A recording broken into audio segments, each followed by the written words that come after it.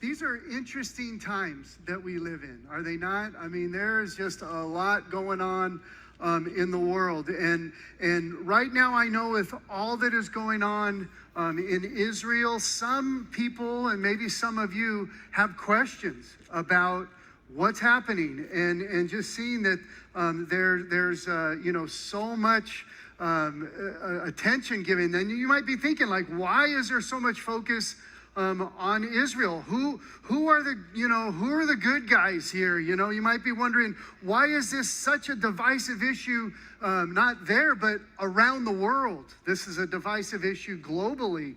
And you might even be saying, well, where should I stand on this, as a Christian? And I want to share with you briefly what I believe. Okay, I want to share with you what I believe, but then I also want to share with you why I believe it, which I think is probably more important than what I believe is why I believe it. I think that is really key. And let me just tell you, this is a very much an oversimplification. I'm barely simplifying it because I don't have a lot of time to touch on this, but there's a reason why I want to share it. And so let me share with you what I believe regarding what's going on in Israel. Okay. The land of Israel was given to the Jewish people by God as promised to Abraham in Genesis 12:7. It was a permanent covenant. Okay? He says that in Genesis 17:8. A permanent covenant, meaning that God intended Israel to possess that land forever. Okay? It was to be their land forever. But it wasn't until hundreds of years later, actually, about 1400 BC, that Joshua leads the Israelites into the promised land to actually take possession of it. They did so by defeating the Canaanites that lived there. Okay, they defeated them and took possession of the land. Now, this was about 2,000 years before Islam was even a thing. Okay, by 1000 BC, King David's in place, and Jerusalem becomes the capital of the nation of Israel. Soon after that, the first temple is built on what is now known as the Temple Mount, still 1,500 years before Islam is a religion. Over the next 400 years, there are two exiles of the Jewish people: the Assyrian exile of the northern tribes, the Babylonian exile of the southern tribes. And in 515 BC, the southern tribes return. They're set free, and they return, and they begin to rebuild their cities, and they rebuilt the temple. In AD 70, the Romans come and they ransack Jerusalem. They destroy the second temple. They kill about 1 million Jews, sell the rest, most of the rest, into slavery. They disperse them out of the land of Israel, which by this time is now just referred to as Judea. The Jews, other than a small remnant, will be scattered all over the world in various nations for the next 1,800 plus years. But in around 130 AD, there's a Jewish revolt where they try to retake the land of Israel from the Romans, and it failed. But at that time, the Romans now decided to refer to that land as Palestine, and they did that to offend the Jews. They did that to put that in the face of the Jews, because the name Palestine is a derivative of the Philistines, which is an historic enemy of the Jews.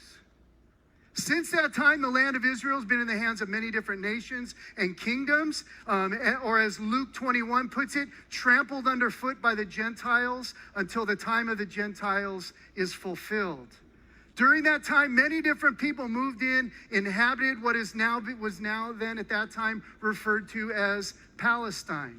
However, there's never been historically a nation of Palestine. And according to God's promise to Abraham, the land still belonged to the Jewish nation, even though they'd been scattered to the four corners of the earth. The people that moved into that region from the surrounding Arab countries, however, began to be referred to as Palestinians. In Ezekiel 37, it is prophesied that Israel would a second time be resurrected as a nation. This has never happened one time, let alone twice. But in Ezekiel 37, it is prophesied that the nation of Israel will be resurrected again, become a nation again. Now, keep in mind that Israel had been a dead nation since AD 70.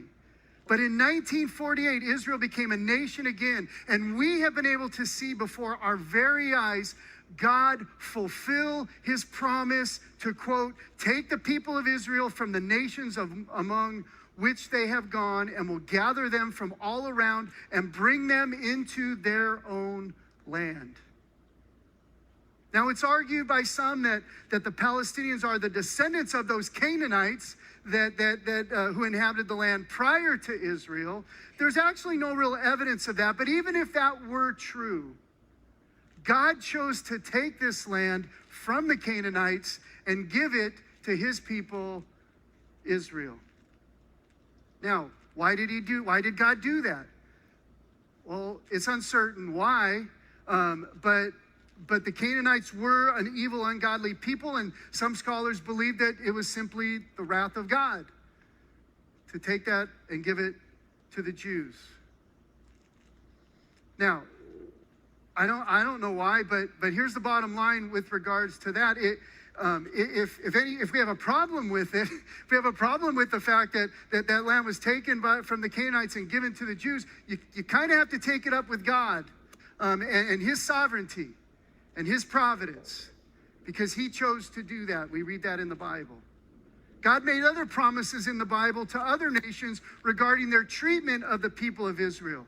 He told Abraham in Genesis 12 that God would bless those who bless Israel, and he would curse those who curse Israel. Now, of course, listen to me, of course, we love the Palestinian people. We are to love the Palestinian people as well. But if we are going to call for their freedom, I believe we need to call for their freedom from the terrorist organization that is ruling them.